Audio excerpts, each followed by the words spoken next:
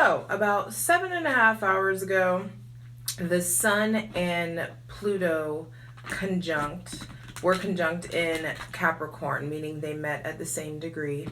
And honestly, you guys should be feeling some uncomfortability.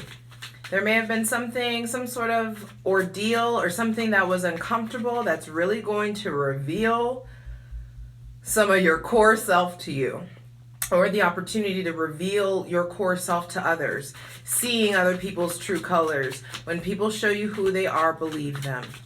It's really, really important, I feel like, to pay attention to the transformations that really arise from uncomfortability or things being revealed. And Uranus is getting ready to go direct in Taurus in like a day and a half on the 18th.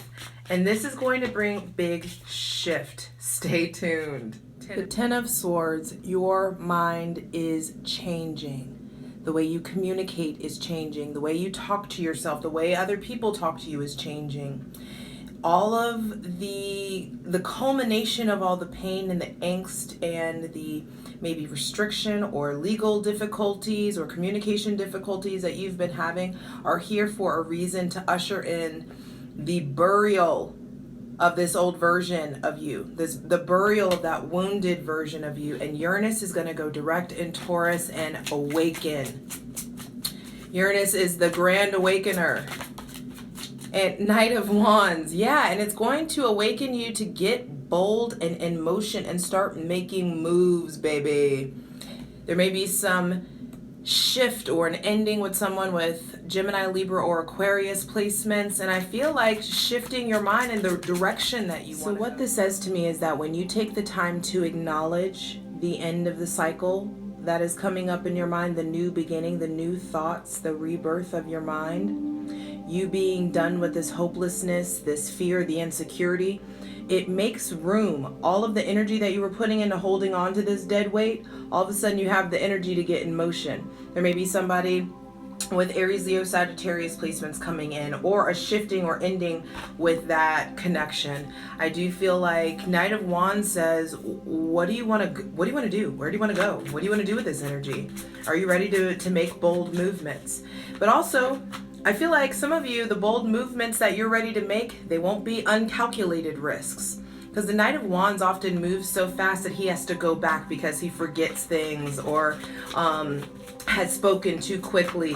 You've learned that lesson. I feel like you're getting in motion and upgrade. And this is going to be a big one. Uranus going direct in Taurus on the 18th of January. So like a little over a day and a half. We are going to be feeling the shifts. Uranus is the awakener. So there are going to be awakenings in the realm of your comforts, your comfort zone, how you make money, what you consider to be value, and upheaval. Ace of Swords, I'm telling you, there's stuff that's expect the unexpected. And especially this coming week, expect the unexpected. This Ace of Swords says that there's an influx of inspiration, aha moment, productive conversations, truths. Maybe somebody with Gemini, Libra, Aquarius placements coming in, or deep understanding about that. The divine is trying to hand you back your crown, fam. By way of truth, by way of knowledge, by way of power, what you gonna do? But I did get a little ahead of myself. We do have this whole ass full moon in Cancer tomorrow on the 17th. And I've already done a full-blown reading about it. Check the links in my bio. Patreon gets everything. Patreon.com/justjeverything. The full moon video is free on YouTube though. So check those links for the content. But what came through for me big time in this full moon is tending to our survival skills.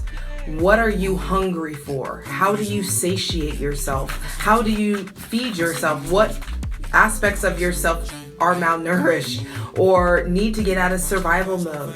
Are your defense mechanisms needing to be updated? Are your coping mechanisms needing to be updated? It's time to really realign with your internal GPS system. Is it too easily engaged? Can people just walk up and trigger you? You know, it's time to really, y'all know this app loves to cut me off. What I was gonna say is that it's just time to check in. This full moon in Cancer is going to bring a big release of an emotional cycle, releases or shifts in the realm of the home, in the realm of like your property, your connection to the maternal, your connection to the feminine energy within you, how you're relating to the feminine energy in the external world. So what do we need to focus on releasing for this full moon in Cancer? Queen of Wands and the Four of Wands. So what we're needing to release, I feel like, is our idea of how it's supposed to be, where we're supposed to be, what we're supposed to have by now. Releasing this old concept of yourself and really getting clear about what is. All right, y'all, the full moon in Cancer is going to be about 2 hours from now. Nice. And we have the Four of Cups. It's time to release the old emotional cycles. This is a phase of the moon that is for harvesting what you planted in the new moon. The new moon is the beginning of the moon phase. The full moon is the end. This is harvest. Not the time to be manifesting. Not the time to be trying to initiate things or start things. This is the time to reap the reward, but also to balance some extremes, because the sun and the moon are in opposite signs. And so there could be a need to really come to terms with how you're feeling, come to terms with what you're dealing with, allowing yourself to pay attention to the ways that you're being guarded or closed off. Chill. Here are some things that I've observed about this Mercury retrograde thus far. Yes, some people from the past have popped up, but I'm really noticing all those like nostalgia type of things coming up by way of music. I've been like, all this old music has been coming to me, and it's interesting, like all this old technology has really started to like work and I got this like 20-year-old freaking boombox to play that I have not been able to, I could not get it to play until the day that Mercury until the day Mercury retrograde in Aquarius. It was, I didn't expect that either. So I do feel like this give it some credit. This Mercury retrograde is not going to be as chaotic as we are used to it being. And I do feel like it's going to be a really, really positive experience for a lot of you.